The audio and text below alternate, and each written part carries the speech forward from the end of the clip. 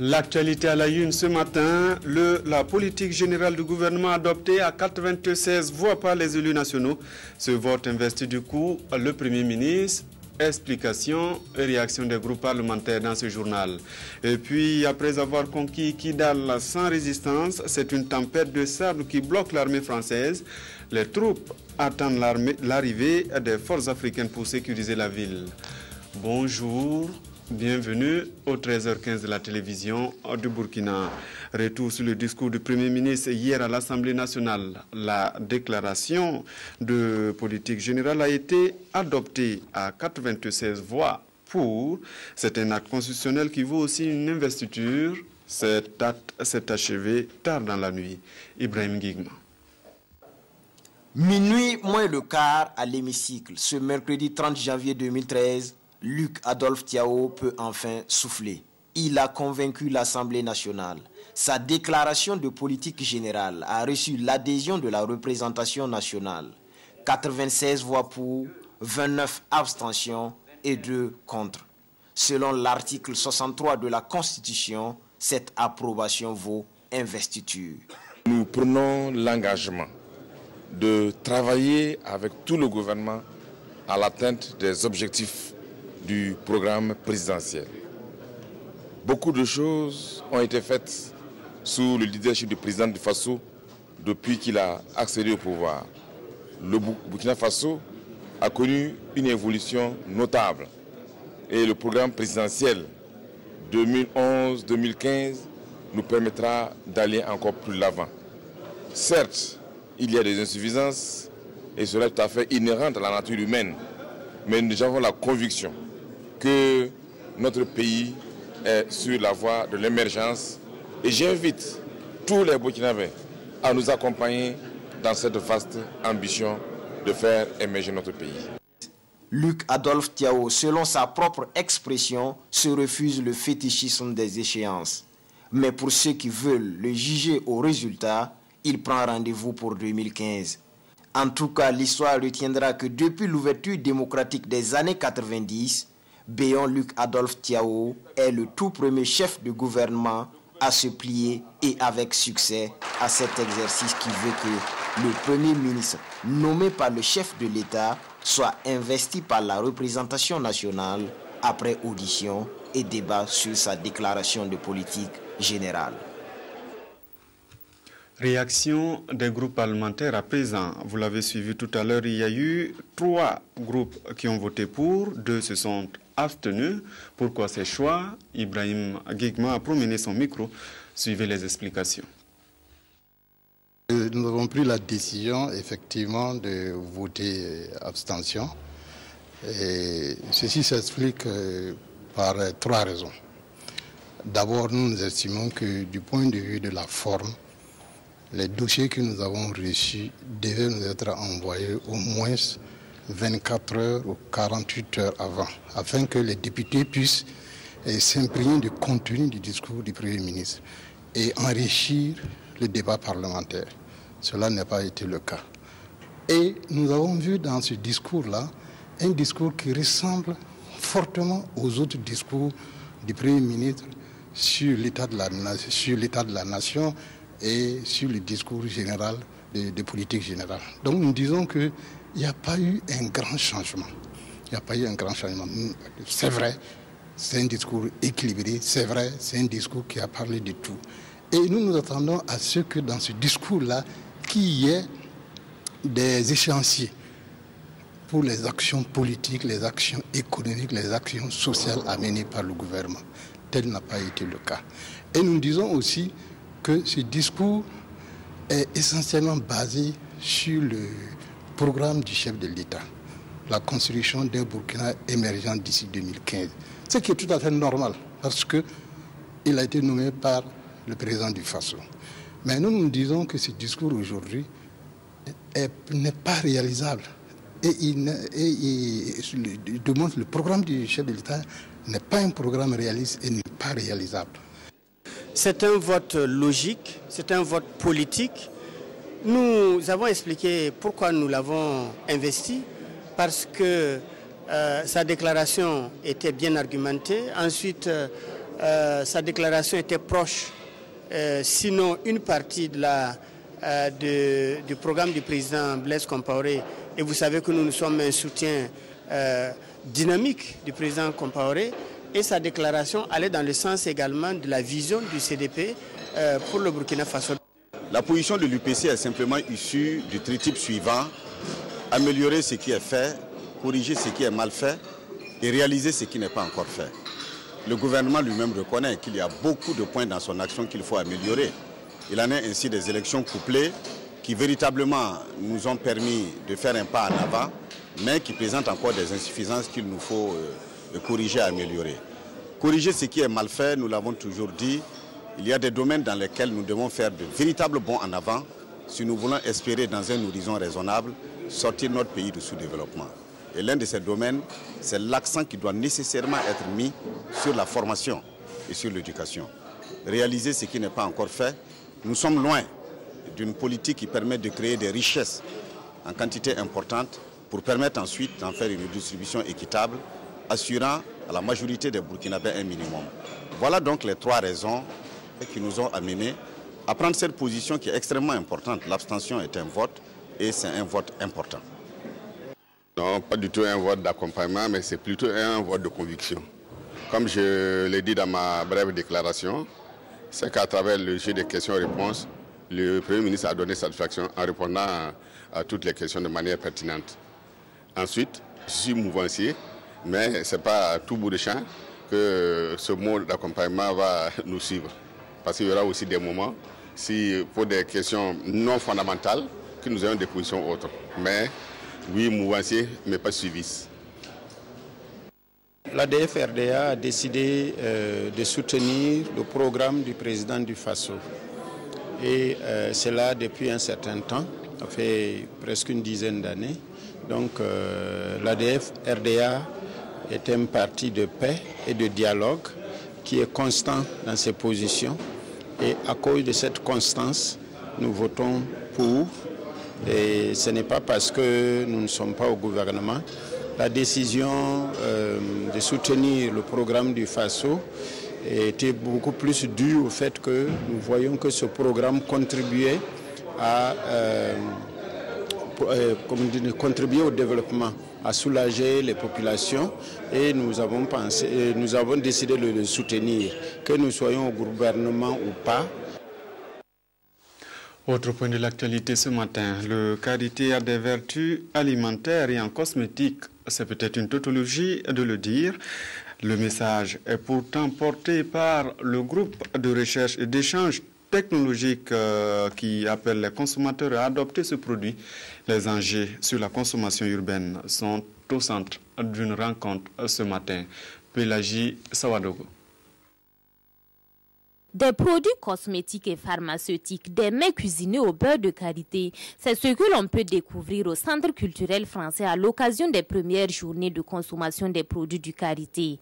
Des journées promotionnelles initiées par le GRET, le groupe de recherche et d'échange technologique, dans le but de sensibiliser les populations urbaines sur les propriétés et les vertus du karité. Les journées de la consommation des produits de karité est née en fait d'un constat, c'est qu'en milieu urbain, les produits de karité sont faiblement consommés par les citadins.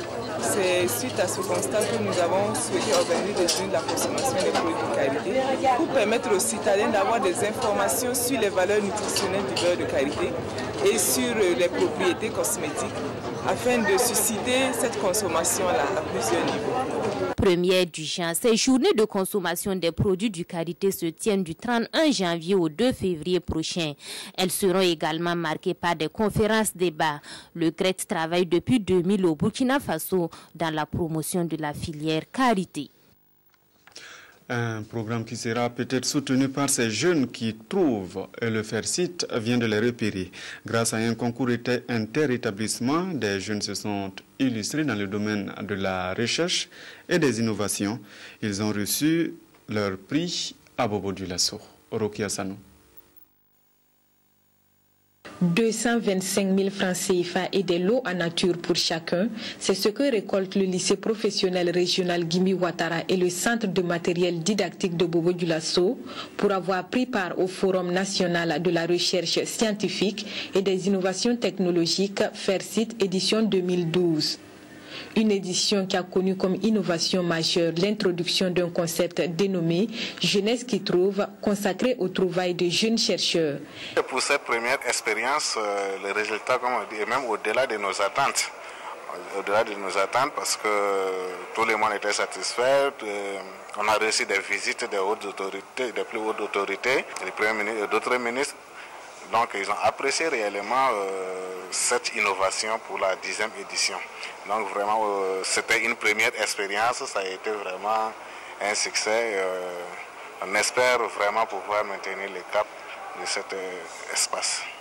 L'espace Jeunesse qui trouve a pour objectif de susciter le goût de la recherche chez les jeunes à travers un concours de rédaction, un jeu radiophonique et une exposition des inventions. Nous avons exposé les productions de nos ateliers de structures métalliques et de la cellule énergie solaire, le petit système solaire domestique et aussi l'éclairage solaire de rue dans nos campagnes, dans nos villages, des petits systèmes faciles à utiliser de manière autonome. Ça nous a permis d'échanger avec nos camarades pour leur expliquer un peu le fonctionnement du système solaire. En constatant au Burkina Faso, nous avons vraiment un potentiel d'énergie solaire que nous pouvons exploiter. Pour les bénéficiaires, ces prix sont une fierté et une invite à se perfectionner davantage pour devenir plus tard des chercheurs confirmés. Le ministère des Affaires étrangères fait son bilan.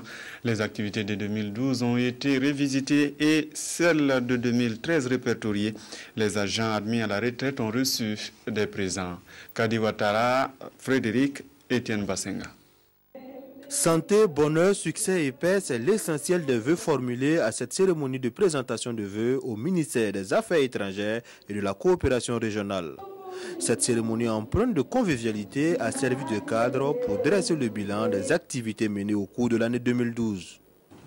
L'année 2012 a été riche en événements et notre département a inscrit ses actions dans la réalisation de nombreux objectifs, parmi lesquels on peut retenir entre autres surtout l'ancrage institutionnel de l'action diplomatique, l'élargissement du cercle diplomatique du Burkina Faso et la consolidation des acquis au niveau bilatéral, la consolidation de la place de notre pays en Afrique et dans le monde, la promotion de la paix et de la sécurité internationale, la promotion de l'intégration régionale. Djibril Bassola a saisi l'occasion de cette cérémonie pour annoncer le retour des 105 diplomates autrefois sanctionnés et redéployés dans d'autres administrations. Je voudrais que vous puissiez les accueillir et qu'ensemble nous oublions le passé. Nous effacerons ce qui s'est passé et nous prendrons des engagements de ne plus jamais créer les conditions qui amènent les plus hautes autorités à sévir de cette façon contre les diplomates. Le ministre ajoute des conseils qu'il prodigue à l'ensemble des diplomates. Je voudrais ici insister sur le fait que l'éthique du diplomate doit absolument le mettre au-dessus des comportements de cette nature qui peuvent non seulement nuire aux carrières individuelles, mais ternir absolument la réputation d'un État. Ce que nous avons comme responsabilité est énorme. L'erreur n'est pas permise. Et je voudrais que, en toutes circonstances, même difficiles, vous puissiez toujours vous montrer à la hauteur de représenter dignement les Burkinabés. En guise de perspective pour l'année 2013, le ministère des Affaires étrangères et de la coopération régionale prévoit ouvrir des ambassades à Ankara et à N'Djamena. Au Togo, il est prévu l'ouverture d'un consulat général. Et pour que ces ouvertures soient effectives dans ces pays, le ministère des Affaires étrangères et de la coopération régionale compte sur la disponibilité et l'engagement total de tous. Les préoccupations de l'enfant dans les stratégies nationales de développement. Le Burkina et ses partenaires veulent commencer d'abord par l'éducation parentale. Une rencontre s'est tenue sur la question. à Ouagadougou. Nathalie Kaori. Lors d'une rencontre internationale tenue à Ouagadougou en 2010 sur la survie et le développement du jeune enfant, recommandation avait été faite au Burkina Faso de procéder à une relecture de son programme national d'éducation parentale en y incluant la communication pour le développement. Désormais, c'est chose faite et le nouveau programme soumis aux acteurs de l'éducation pour sa validation prend en compte les enfants de 0 à 8 ans. Pourquoi les enfants de 0 à 8 ans? Parce qu'on s'est dit que le développement d'un pays est basé d'abord sur sa jeunesse. Et quand vous prenez le système éducatif dans notre pays, tout part de la petite enfance, de l'éducation de la petite enfance de 0 à 6 ans. C'est pour ça qu'on est parti jusqu'au niveau des 8 ans pour prendre en compte tous ces enfants. Même s'ils n'ont pas pu bénéficier du programme d'éducation au niveau de la petite enfance, dès qu'ils sont au niveau de l'enseignement primaire du moins, ils sont effectivement aptes à poursuivre avec beaucoup d'aisance le cycle primaire. Avec ce programme, il ne s'agit pas de remettre en cause l'éducation déjà dispensée par les parents à leurs enfants. C'est un document de base qui permettra de doter les parents et les éducateurs de savoir-faire et de savoir-être indispensables au développement et à l'épanouissement des jeunes enfants. C'est effectivement dans le domaine de l'éducation d'abord. Comment avoir effectivement des notions d'hygiène? Il y a aussi les aspects de la protection. Vous voyez, il y a les pratiques traditionnelles néfastes qui sont de plus en plus malheureusement pratiquées dans notre pays. Et il est question effectivement qu'à travers les parents et publics cibles par excellence de ce programme, il y a effectivement des changements de comportement. Les premiers responsables du département en charge de l'éducation de la petite enfance, tout comme leurs partenaires, nourrissent l'espoir qu'au terme des travaux, le Burkina Faso pourra disposer d'un programme bien élaboré prenant en compte tous les aspects de la survie, de la protection et du développement de l'enfant. L'école primaire Kilemdo de Fadangourma a de quoi reverdir sa cour. L'association Boama de Fada et l'association Peuple Solidaire Miribel de France leur ont remis du matériel pour un jardin polyvalent. Les produits maraîchers, les plantations d'arbres seront les activités à mener. Oumou Sissé, Nathalie Sawadogo.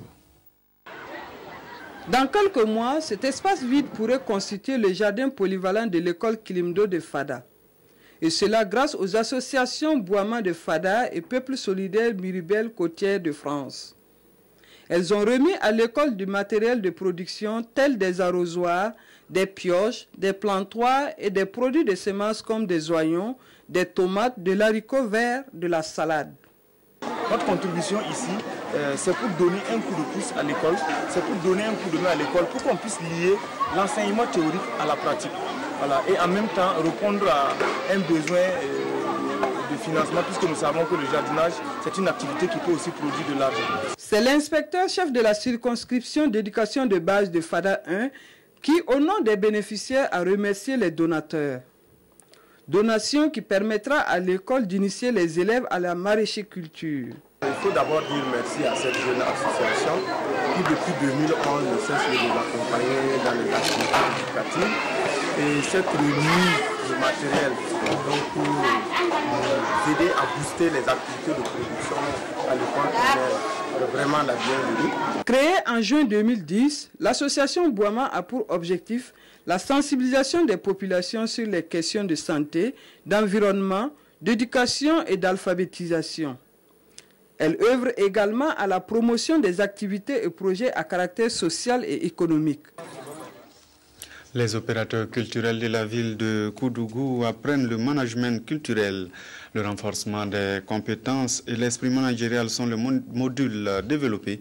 Ils ont aussi appris à chercher des financements pour leurs activités. Ramatouzida, Nathalie Kaouri. Au regard de l'impact significatif de la culture sur le développement social et économique du Burkina Faso, il devient impérieux de rehausser les compétences et les capacités des acteurs du domaine. L'atelier de Koudougou répond donc à ce besoin. Les entrepreneurs culturels de la région du Centre-Ouest ont bénéficié d'une formation en vue de renforcer leurs acquis et de les rendre plus compétitifs sur le marché culturel. Koudougou, pour nous, est une zone de culture. Et en tant que tel, nous souhaitons que tous ceux-là qui s'intéressent à la culture puissent être formés comme il se doit.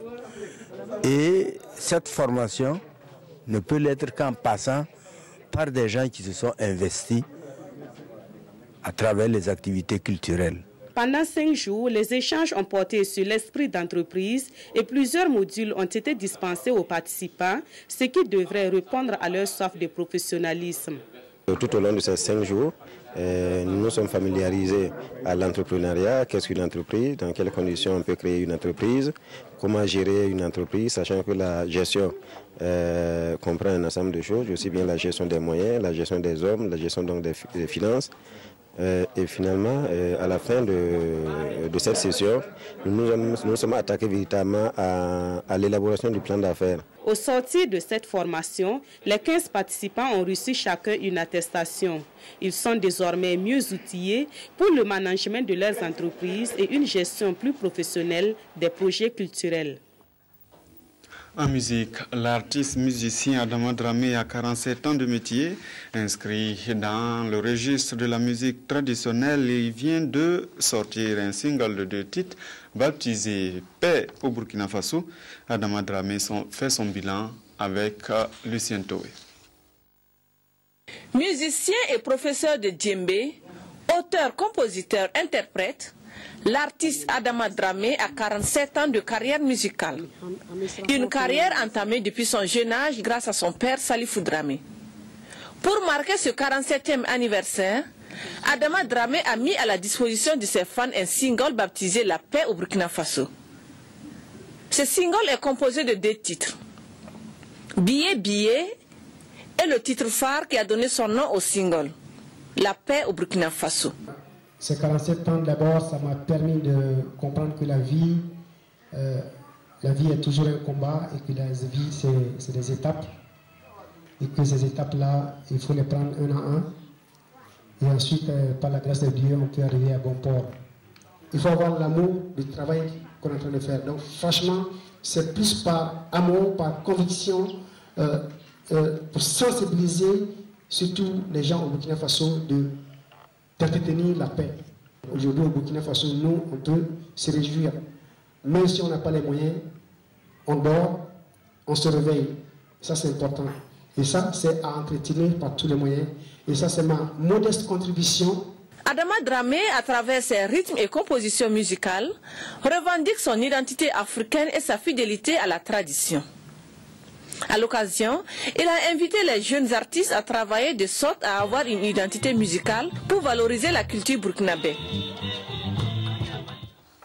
À l'étranger, arrivé hier à Kidal, l'armée française a été bloquée par une tempête de sable. Les éléments attendent l'arrivée des forces africaines pour sécuriser la ville. Pour la France, cette mission est déjà une réussite. Elle est même allée plus vite que prévu. Une attaque d'un centre militaire syrien ravive les tensions entre la Syrie et Israël. Damas accuse les autorités israéliennes d'avoir attaqué le centre au moment où la rébellion réclame cet acte.